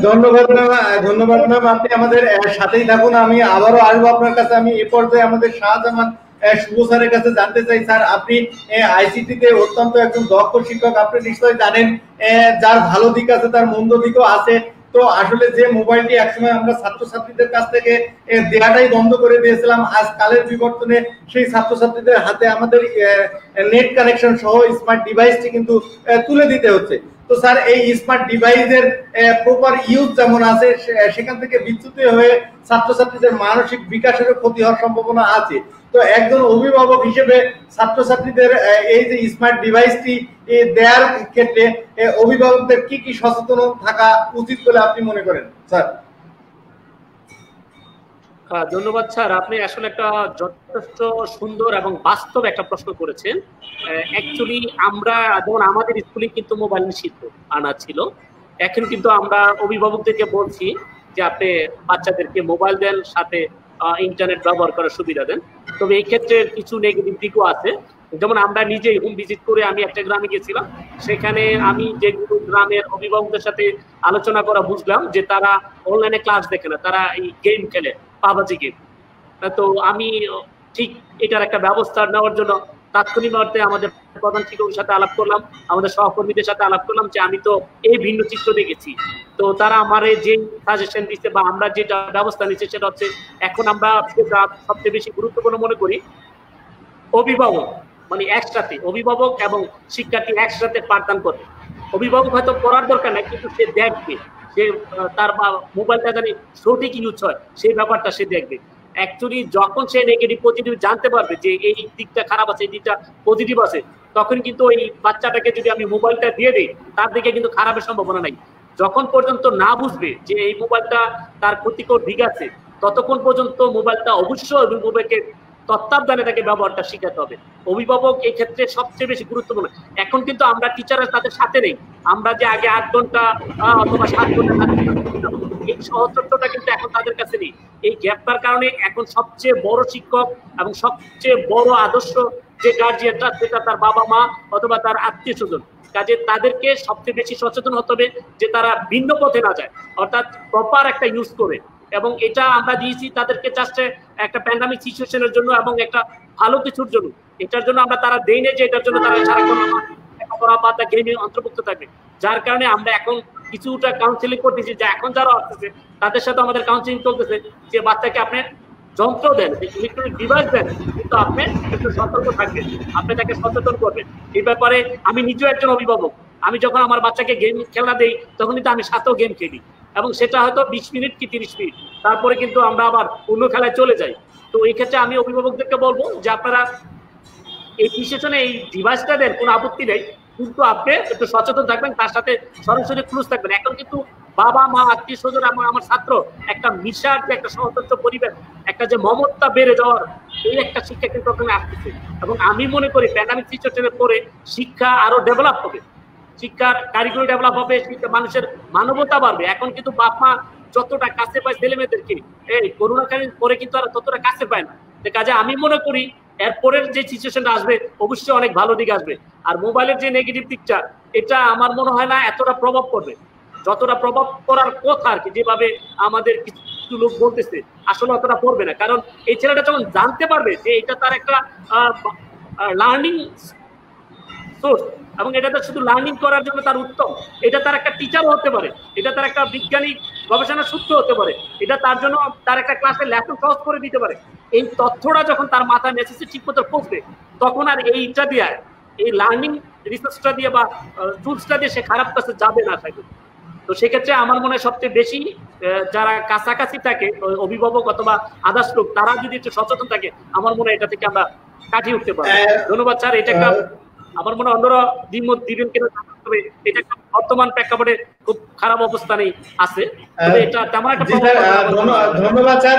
স্যার আপনি জানেন স্যার, আমাদের এই শিক্ষা বান্ধব সরকারের মাননীয় প্রধানমন্ত্রী এবং সংশ্লিষ্ট মন্ত্রণালয়ের নির্দেশে এই যে করোনাকালীন সময়ে শিক্ষাক্ষেত্রে অত্যন্ত অনেক যুগান্তকারী পদক্ষেপই কিন্তু নেওয়া হয়েছে। কিন্তু স্যার আমি আপনার কাছে আসলে যে বিষয়টি জানতে চাই, আপনি যেহেতু মাঠ পর্যায়ে একেবারেই নিবেদিত সৈনিক, আপনি কারোর কাছ থেকে শোনা নাই, নিজ অভিজ্ঞতায় কিন্তু আপনার বাস্তব অভিজ্ঞতা বুঝার জানার সুযোগ সৃষ্টি হয়েছে। তো আমি আপনার কাছে আসলে যে বিষয়টি জানতে চাই সেটি হচ্ছে যে সরকার আর কি কি পদক্ষেপ গ্রহণ করলে শিক্ষক ও শিক্ষার্থীদের সমন্বয়ে একটি অংশগ্রহণমূলক অনলাইন শিক্ষা ব্যবস্থা আরো গতিশীল হতো বলে আপনি মনে করেন স্যার, প্লিজ। ধন্যবাদ স্যার, অত্যন্ত কঠিন এবং বাস্তব প্রশ্ন করেছেন। আমি মনে করি এখন শিক্ষার্থীর কাছে এমন কতগুলা ডিভাইস দিব যে ডিভাইসটা তার পাঠ্যক্রমের সাথে রিলেটেড, এবং এই ডিভাইসটা সে অন্য কিছু করতে পারবে না। আমি তাকে একটা স্মার্টফোনে দিয়ে দিলাম এবং সেখানে ইন্টারনেটের ব্যবস্থাও দিয়ে দিব, এবং এইটার ব্যবহার করার যে রাস্তাগুলা সেটা শুধুমাত্র আমার লার্নিং সেশনের জন্য ব্যবহার হবে, অন্য কাজে ব্যবহার করা যাবে না। এরকম যদি টুলস আমি ছাত্রদের কাছে পৌঁছে দেই এবং সরকার যদি, তাহলে আমরা মনে হয় আরো শিক্ষা আরো ডেভেলপ হবে। এবং আমাদের সরকার যদি স্টুডেন্টদেরকে এই আলাদা তাদের জন্য অন্য কোনো ডিভাইস করার জন্য। আমি কিন্তু ইউকেতে একটা স্কুলে গেলাম, ওরা গণিতের ক্লাস করবে, তো গণিতের ক্লাস করবে, আমি বসে রইলাম গণিতের ক্লাস, ওদেরকে দিকে প্রত্যেকটা একটা করে ট্যাব দিয়ে দিচ্ছে। তা আমি খুব আশ্চর্য হয়ে গেছি, গিয়ে কোনো তাদের ক্লাসগুলো কিন্তু দেখছি আমাদের মতো বই বিতরণ করে না, ওই লেকচার শিট দেয় এবং সেখান থেকে যদি অ্যাক্টিভিটিস দেয়, অ্যাক্টিভিটিসগুলো করতে দেয়। আমি যে কয়েকটা ক্লাস পর্যবেক্ষণ করছি, তো একটা ক্লাসে দেখলাম তারা সবাই ট্যাব দেয়, ট্যাব দিয়ে ম্যাম কর্নারে বসে রয়েছে। তো আমি ম্যামের কাছে গেছি, আমার কাজই ছিল পর্যবেক্ষণ করা। তো ম্যামের কাছে গিয়ে জিজ্ঞেস করলাম যে এখন তো গণিত ক্লাস, আপনি যে প্রত্যেকটা ল্যাব ট্যাব দিয়ে দিচ্ছেন, তো আপনি একটু দেখেন কোন বাচ্চাটা রুল নাম্বার আছে, কোন বাচ্চাটা কি কি খেলতেছে এবং তার খেলার গতি কতটুকু এবং সে কি কি অতিক্রম করতেছে। এটা গেম আর পাজল, কিন্তু অন্য কিছু না। ডাইরেক্ট আমাদের মতো গণিত দেয় নাই, ওরা করছে গণিতই পড়ায় কিন্তু একটা ভিন্ন মাধ্যমে। সেটা হয়তো পাজল হতে পারে, সেটা হয়তো আইকিউ হতে পারে, সেটা হয়তো একটা গেম হতে পারে, এরকম টুলস দিয়ে রাখছে। তো ওই ম্যাম ওখান থেকে দেখতেছে কার খেলার গতি কতটুকু, কার আইকিউ কতটুকু, সেটা সে পর্যবেক্ষণ করতেছে। যারা একদম পারতেছে না, লেভেল পরিবর্তন করতে পারছে না, তখন ম্যাম তার পিছিয়ে যায় দাঁড়ায়, ম্যাম তার কাছে দাঁড়ায় বলতেছে যে তুমি এটা করো, এটা করো, এটা করো, তখন তাকে সাপোর্ট দিচ্ছে। তখন ম্যাম যদি তার কাছে যায় একটু সাপোর্ট দেয়, ওই ছেলে আবার দ্রুত তার গেম খেলতে পারতেছে এবং গেম খেলে খেলে সে গণিত শিখতেছে। তো আমার মনে হয় আমরাও এরকম অবস্থা আসবো ইনশাল্লাহ, সময়ের অপেক্ষায়। আপনারটা মিউট করা আছে স্যার, আপনি অনেক সুন্দরভাবে উপস্থাপন করেছেন। আমি আপনার কাছে আরো যে বিষয়টি আসলে জানতেই চাই সেটি হচ্ছে যে আপনি নিশ্চয়ই ধারণা করতে পারছেন কিংবা অনুমান করাই যায় যে যে কোনো মুহূর্তে কিন্তু আমাদের প্রতিষ্ঠান খোলার নির্দেশনা আসতে পারে। যেহেতু আমরা সবাই, আমরা শিক্ষক, অভিভাবক, ছাত্রছাত্রী, সামাজিক সচেতন ব্যক্তিবর্গ সবাই কিন্তু প্রতিষ্ঠান কবে খুলবে, কবে আমাদের বিদ্যালয়ের মাঠ শিক্ষার্থীদের পদচারণায় মুখরিত হবে, এই প্রতীক্ষার প্রহর কিন্তু আমরা ঘুরেই যাচ্ছি। কিন্তু স্যার, আপনি একজন শিক্ষক হিসেবে আপনি কি মনে করেন যে করোনা পরবর্তী সময়ে শিক্ষা প্রতিষ্ঠান পরিচালনায় এবং শিক্ষার্থীদের সুরক্ষায় আমাদের সামনে কি কি চ্যালেঞ্জ আছে? এখন করোনা বা কোভিড-19 কারণে আমাদের এখন এমন একটা সিচুয়েশন আছে, এটা আসলে যে প্রথম দিকে যেরকম স্বপ্নে দেখছি কালকে স্কুল খুলে দিছে, এখন কিন্তু সেই সিচুয়েশন। আর যদি এটা খুলেও দেয় তাহলে আমাদের প্রথম কাজ হবে এটা থেকে, কোভিড-19 থেকে রক্ষা পাওয়ার জন্য যে ব্যবস্থাগুলা সেগুলোকে নিশ্চিত করা এবং আমাদের স্কুল নিট এন্ড ক্লিন যে ব্যবস্থাটা সেটা অলরেডি এখন করতেছি, কিন্তু যখন ছাত্রছাত্রী সমাগম হয়ে যাবে তখন আমরা অবশ্যই এই ব্যবস্থাটাই বেশি নেব, যে আমাদের স্বাস্থ্য সচেতনতা হিসাবে আমাদের হ্যান্ড স্যানিটাইজার, তারপরে মাস্ক। এখন কিন্তু আমাদের গেটে একটা নোটিশ আছে, নো মাস্ক নো সেবা, এরকম বলতে অলরেডি নোটিশ আছে। কিন্তু তখন হয়তো জিনিসটা যদি প্যান্ডামিক মানে এই সিচুয়েশনটা থাকে তাহলে অবশ্যই একটা বিশেষ ব্যবস্থা নেব। আর যদি এই সিচুয়েশন না থাকে, যদি টিকাই চলে আসে তাহলে অবশ্যই টিকা দেবো, তখন হয়তো একটু খোলামেলা যাবে। কিন্তু যদি এই সিচুয়েশন তাহলে আমাদের ধন্যবাদ sir. No mask no service, আমরা সকলেই এই সরকারের দেয়া এই একটি মাত্র বাক্য যদি মেনে চলি তাহলে নিশ্চয়ই যেমন আমি নিরাপদ হব, আপনি নিরাপদ হবেন এবং আমাদের কোমলমতি এই শিক্ষার্থীদের, আপনি নিশ্চয়ই জানেন যে শিশুদের নিয়ে কোনো প্রকার রিস্ক কিন্তু আমাদের মাননীয় প্রধানমন্ত্রী নেবেন না এবং নিচ্ছেন না। তো সেক্ষেত্রে আসলে শিক্ষা প্রতিষ্ঠান যদি খুলেও দেয় তাহলে শিক্ষক হিসেবে এবং শিক্ষা প্রতিষ্ঠানের প্রধানরা যারা আছেন তারা তাদের সহকর্মীদের নিয়ে নিশ্চয় শিক্ষার্থী সুরক্ষার বিষয়টি ভাববেন। তো আপনি থাকুন আমাদের সাথে, আমরা অনুষ্ঠানের একেবারে শেষ পর্যায়ে চলে এসেছি। আমি এ পর্যায়ে যাব আমাদের গুলশান আরা বেগম ম্যাম। আপনি শুনছিলেন স্যারদের অত্যন্ত মনোমুগ্ধকর এবং প্রাণবন্ত আলোচনা। আপনি নিজেও একজন করোনা যোদ্ধা হিসেবে এই শিক্ষকতা পেশায় নিয়মিত অনলাইনে পাঠদান করে যাচ্ছেন। কিন্তু ম্যাম, আমি আপনার কাছে আসলে যে বিষয়টি জানতেই চাই সেটি হচ্ছে আপনি নিজে একজন সহকারী শিক্ষক।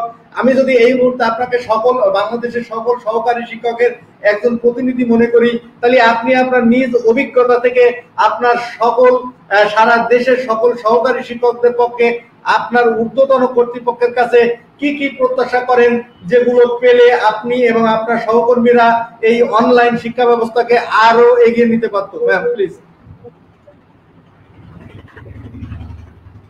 ধন্যবাদ স্যার প্রশ্ন করার জন্য। স্যার, আমাকে যদি এই মুহূর্তে মানে আমার কথাটা বললে গ্রহণযোগ্য হয় তাহলে আমি গ্রহণ করা না করা ঊর্ধ্বতন কর্তৃপক্ষের ব্যাপার, কিন্তু আপনি একজন সহকর্মী হিসেবে আপনার বাস্তব অভিজ্ঞতায় আপনি আপনার ঊর্ধ্বতন কর্তৃপক্ষ, আপনার প্রতিষ্ঠান প্রধান, আপনার উপজেলা মাধ্যমিক শিক্ষা অফিসার, আপনার জেলা মাধ্যমিক শিক্ষা অফিসার, এমনকি টপ লেভেল পর্যন্ত আপনি আসলে একজন সহকর্মী হিসেবে বা সহকারী শিক্ষক হিসেবে কি প্রত্যাশা করেন, যেটা পেলে আপনি যেমন পাবেন তেমন আপনার অন্যান্য সহকর্মীরাও পেলে আপনার এই যে অনলাইন পাঠদান ব্যবস্থাটা আরো গতিশীল হতো? ম্যাম স্যার, আমাদের ধরেন এই ক্লাসটা করতে গেলে একটু ডিভাইস লাগে, যেটা লেটেস্ট ডিভাইস লাগে। যেমন আমি যখন ক্লাস করতে গেছি, আমার যে পুরোনো মোবাইলটা ছিল সেটা অনেক ডিস্টার্ব করতো। পরবর্তীতে আমি আবার 30,000 টাকা দিয়ে আরেকটা মোবাইল নিলাম, কারণ ওই সেটটা দিয়ে আমি কাজ করে কমফোর্ট ফিল করছিলাম।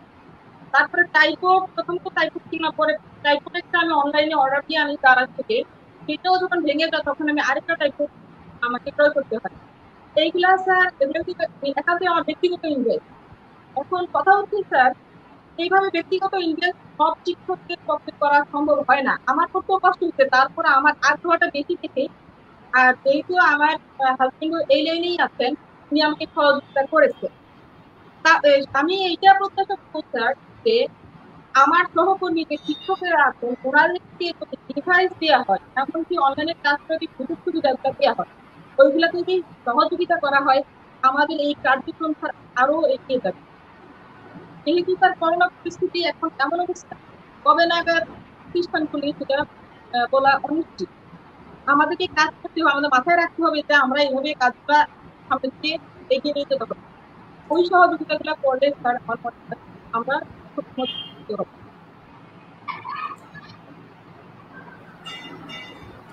জি ধন্যবাদ ম্যাম। আপনি যেমন একজন শিক্ষক, নিশ্চয়ই আপনি একজন মাও বটে। তো আপনি জানেন যে মা হচ্ছে পৃথিবীর শ্রেষ্ঠ শিক্ষক। তো আপনি সারা দেশের সকল মায়েদের জন্য এই যে করোনা প্যান্ডামিক অবস্থা, যখন ছাত্রছাত্রীরা শুধুমাত্র বাড়িতেই অবস্থান করছে, মায়েদের কাছে অবস্থান করছে, তো আপনি মায়েদের উদ্দেশ্যে যদি দুটি কথা বলতেন ম্যাম প্লিজ। মায়েদের জন্য স্যার আমার এটাই কথা থাকে, যেহেতু আমরা অনলাইন ভিত্তিক হয়ে গেছি, আমাদের ক্লাসগুলো করতে হয়। যেমন আমার দুটি সন্তান আছে, ওরাও স্কুলে পড়ে। যখন আমাদের অনলাইন ক্লাস গুলো হয়, এখন বাচ্চাদের হচ্ছে কি পজিটিভ থেকে নেগেটিভ থেকে দৃষ্টিভঙ্গিটা বেশি কাজ করে বয়সের জন্য। সেটা এরা দেখা যাবে যে ক্লাসের সময় ক্লাসটা না করে অন্য কিছু দেখতেছে, অথবা এটাকে শুধু ইউজ করছে না। মায়েদের প্রতি আমার একটাই অনুরোধ থাকে, কারণ মায়েরাই সন্তানের কাছাকাছি বেশি থাকে, ওনারা যাতে যখন বাচ্চা ক্লাসটা করে তখন যাতে মায়েরা অন্তত আপনার সন্তানের জন্য আপনি 1 ঘন্টা দিনে 2 ঘন্টা ব্যয় করেন, ক্লাসগুলো যখন করে তখন আপনারা এদের কাছে পাশে একটু বসে এদেরকে ওইভাবে অনুপ্রাণিত করেন যাতে এরা ক্লাসটা মনোযোগী হয়, শিক্ষক কি বলছে।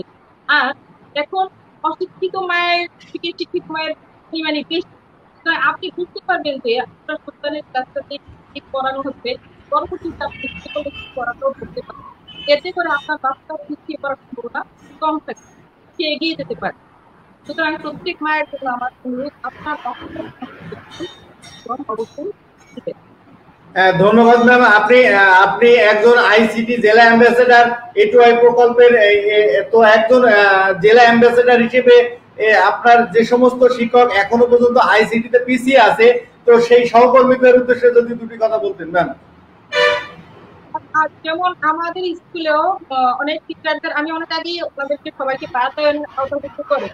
আমাদের তখন আমাদের বাধ্যবাধকতা অতটা ছিল না, মানে এখন আমরা যতটা বুঝতেছি গুরুত্ব, আসলে আমরা তার আগে এতটা গুরুত্ব বুঝি না। করোনা আমাদেরকে যেমন অনেক পরীক্ষা চলছে, অনেককে অনেক মানে কঠিন কঠিন পরীক্ষার সম্মুখীন হতে হচ্ছে, ওইভাবে তো আমরা অনেক কিছু কথাই বলে যে শিক্ষক কোথায় শেখবো কোথায়।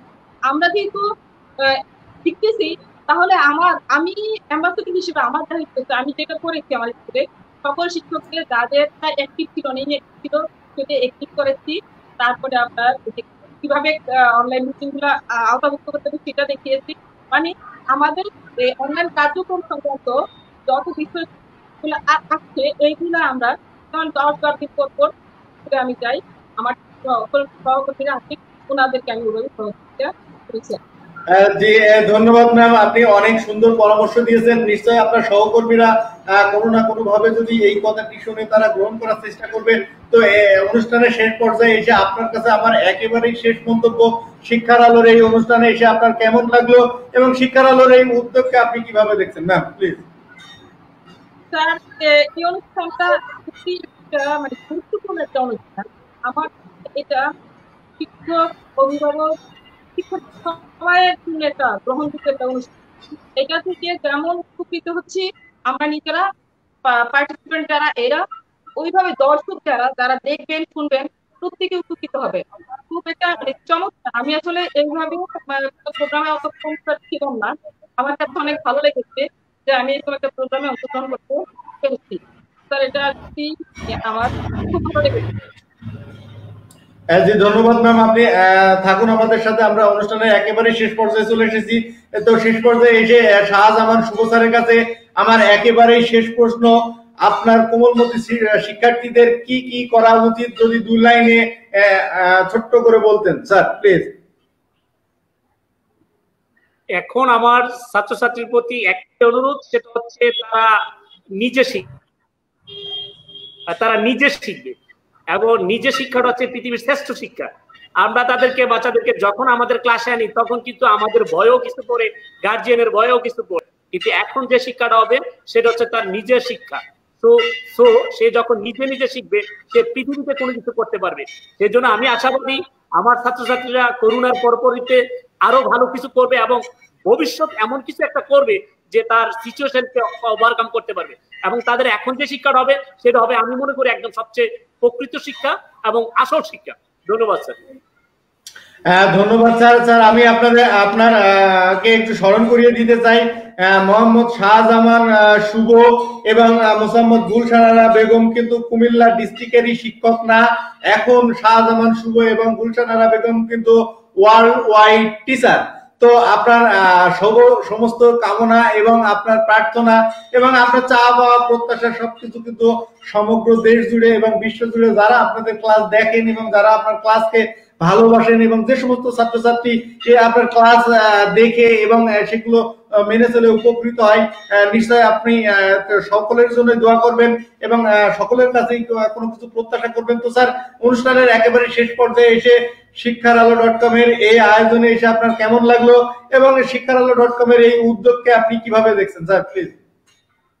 এটা অত্যন্ত একটা ইতিবাচক দিক এবং বর্তমান পরিস্থিতির যে অনেক সিচুয়েশন যেখান থেকে আমরা জানতে পারি এবং আমাদের শিক্ষাটাকে আরেক জায়গায় শেয়ার করতে পারি, ওখান থেকে কিছু শিখতে পারি। যেমন আপনার আরো কয়েকটা অনুষ্ঠান আমি দেখেছি, আমাদের যে মাধ্যমিক শিক্ষার আরো কয়েকজন মাধ্যমিক শিক্ষার কথা আমি শুনেছি, এখান থেকে আমরা অনেক কিছু নতুন নতুন জানতেছি এবং আরো ইন্সপায়ার হচ্ছি। যেমন আমাদের যে শিক্ষক এখনো আমাদের আওতার বাইরে আছে, অর্থাৎ এই প্যান্ডামিক সিচুয়েশনে তারা যে অ্যাডজাস্টের যে ব্যাপারটা, যারা একটু পিছিয়ে আছে তারা আরো উৎসাহ পাচ্ছে।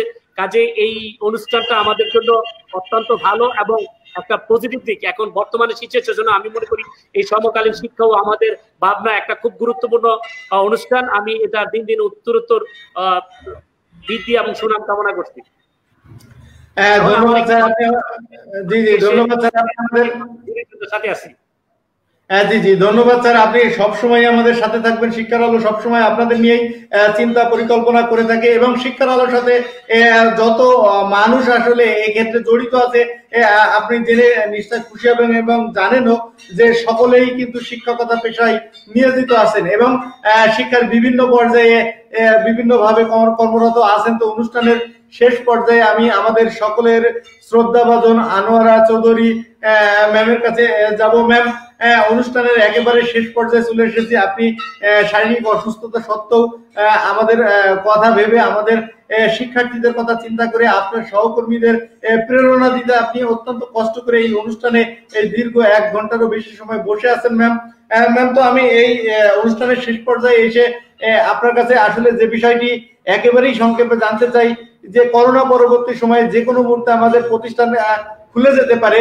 তো আপনি আপনার সহকর্মী, প্রতিষ্ঠান প্রধান, সহকারী শিক্ষক, এক কথায় আপনার এরিয়াতে যত সহকর্মী আছে প্রতিষ্ঠানের সাথে জড়িয়ে আছেন, যে পদেই থাকুক না কেন নিশ্চয়ই প্রতিষ্ঠানেই তো কর্মরত আছেন।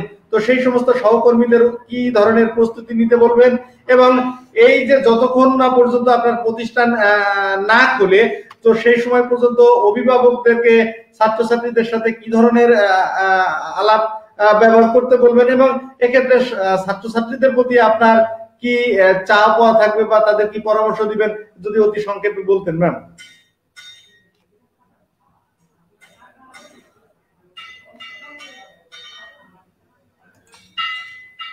যেটা বলবো সেটা যে ছাত্রছাত্রীরা শিক্ষার সাথে সংযুক্ত থাকবে। আমাদের যে প্রচারিত শিক্ষা কার্যক্রম, সরকারের যে গৃহীত যে সমস্ত উদ্যোগ, এগুলা আমরা সময়ে সময়ে তাদেরকে জানানো হচ্ছে, এরা এটার সাথে সংযুক্ত থাকবে। অভিভাবকদের প্রতিও আমাদের অনুরোধ, সকল অভিভাবক যেন তাদের ছেলে মেয়েদের প্রতি আমাদের যে নির্দেশনাগুলো আছে সেগুলো যেভাবে বাস্তবায়িত হচ্ছে সেগুলো যেন তাদেরকে শরিক করান, তাদের প্রতি যেন এই তদারকিটুকু রাখেন যে সময়ে যেটা। আর শিক্ষকদের উদ্দেশ্যে আমরা সব সময় প্রস্তুত আছি। যখন এই করোনা পরিস্থিতি থেকে আমরা মুক্ত হব, আমরা রেডি, আমরা অপেক্ষা করতেছি। ধন্যবাদ ম্যাম আপনার প্রস্তুতির জন্য। আর হলো আমি আরেকটু কথা বলতে চাচ্ছি, সেটা হলো যে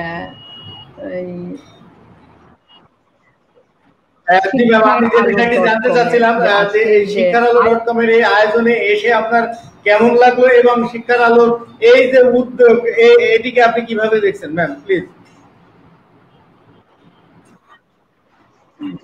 শিক্ষার আলো.com এর যে আয়োজন, এটি আমার খুব ভালো লেগেছে। এবং আজকের যে শিরোনাম সমসাময়িক শিক্ষা এবং আমাদের ভাবনা, একেবারে ভিতর থেকে যে কথাটা, এটি আসলে খুব কি হৃদয় স্পর্শ করে বিষয়টি। এটিকে আমি খুব কি বলবো, কৃতজ্ঞ চিত্তে এবং আনন্দ সহকারে আমি এই বিষয়টি সিলেকশন করার জন্য এবং শিক্ষার আলো.com-কে আমি আন্তরিকভাবে ধন্যবাদ জানাচ্ছি। এবং এমন একটি অনুষ্ঠানে আমাকে কিছু বলার সুযোগ দেওয়া বা আমাকে সিলেকশন দেওয়া, আমি আসলে প্রথম দিক থেকে আমাকে যখন বলা হয়েছে আমি আসলে বুঝতে পারছিলাম না। যাই হোক, আমি কিছুটা অসুস্থ আছি, আমার জন্য দোয়া করবেন। আর শিক্ষার আলো যে .com, এটি এগিয়ে যাবে, সারা বাংলাদেশ ছড়িয়ে যাবে, সবারই ভাবনাগুলো আমরা জানবো, এই আশায় থাকলাম। আমি আশা করি এই প্রোগ্রাম এখন আমি নিয়মিত দেখার চেষ্টা করব। জি ধন্যবাদ ম্যাম, আপনাদের তিনজনকে অসংখ্য ধন্যবাদ এবং কৃতজ্ঞতা। নিশ্চয়ই আধার গেটে আবার আসবে আলো এবং রাত পোহালেই শিক্ষার্থীদের কলকাকলিতে এবং পদচারণায় মুখরিত হবে আমাদের প্রিয় স্বপ্নের বিদ্যাপীঠ। এই প্রত্যাশা রেখে আপনাদের তিনজনকে আবারও ধন্যবাদ এবং কৃতজ্ঞতা জানিয়ে আপনাদের সুস্বাস্থ্য কামনা করি এবং আপনাদেরকে আরো বলে দিতে চাই যে ম্যাম আমাদের জন্য দোয়া করবেন, শিক্ষার আলো পরিবারের জন্য দোয়া করবেন এবং আমাদের স্নেহের কোমলমতি শিক্ষার্থী যে যেখানেই থাকুক তাদের সবসময় সুস্বাস্থ্য আমরাও কামনা করি। আপনারাও যে যার অবস্থান থেকে তাদের দীর্ঘায়ু কামনা করবেন এবং তারা ভালো থাকবেন, সুস্থ থাকবেন, সেই কামনা সব সময় আমরা সকলে মিলেই করব। তো অনুষ্ঠানের একেবারেই শেষ পর্যায়ে এসে আমি আবারও শিক্ষার আলো পরিবারের পক্ষ থেকে আপনাদেরকে ধন্যবাদ এবং কৃতজ্ঞতা জানাচ্ছি। ধন্যবাদ ও কৃতজ্ঞতা এই জন্য যে আপনারা আপনাদের মূল্যবান সময় নষ্ট করে আমাদের শিক্ষার আলোর আমন্ত্রণে সাড়া দিয়ে এই অনুষ্ঠানে যোগ দিয়েছেন এবং আপনাদের যার যার অভিজ্ঞতা তুলে ধরেছেন অনেক সুন্দর সুন্দর পরামর্শ। নিশ্চয়ই কোনো না কোনো ভাবে কোনো ঊর্ধ্বতন কর্তৃপক্ষের কাছে সেই পরামর্শগুলো পৌঁছে যাবে এবং সেটি বাস্তবায়নে নিশ্চয়ই কখনো না কখনো রূপ নেবে। তো এই প্রত্যাশায় আপনারা ভালো থাকবেন, সুস্থ থাকবেন, সুস্থ সুন্দর ও নিরাপদ হোক আপনাদের জীবন, এই কামনায় বিদায়। আবারও দেখা হবে কোনো একদিন কোনো এক সময় শিক্ষার আলোর পর্দায়। আসসালামু আলাইকুম। আসসালামু আলাইকুম। ধন্যবাদ। আসসালামু আলাইকুম।